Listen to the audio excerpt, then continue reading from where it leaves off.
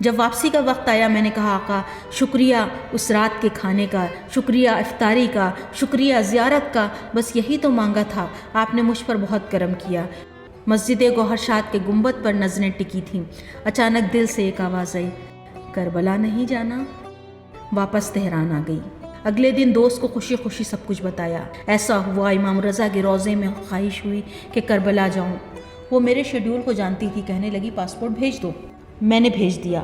تھوڑی دیر بعد اس نے نجف کا ٹکٹ بھیج دیا۔ ماشاءاللہ۔ یعنی میں جا رہی ہوں کربلا۔ مجھے یقین نہیں آ رہا تھا، میرے اندر سوال ہی سوال تھے، اور سچ پوچھیں تو ڈر بھی بہت لگ رہا تھا۔ ڈر کہ میں کون ہوں وہاں جانے والی، کیا منہ لے کر جاؤں گی، کیا میں وہاں قدم رکھ سکتی ہوں، کیا وہ قبول کریں گے؟ مجھے نہیں پتا تھا آگے کیا ہونے والا ہے، جیسے ابھی یہاں آنے سے پہلے بھی نہیں پتا تھا کہ کیا ہوگا۔ بس اللہ پر توکل کیا اور چل پڑی۔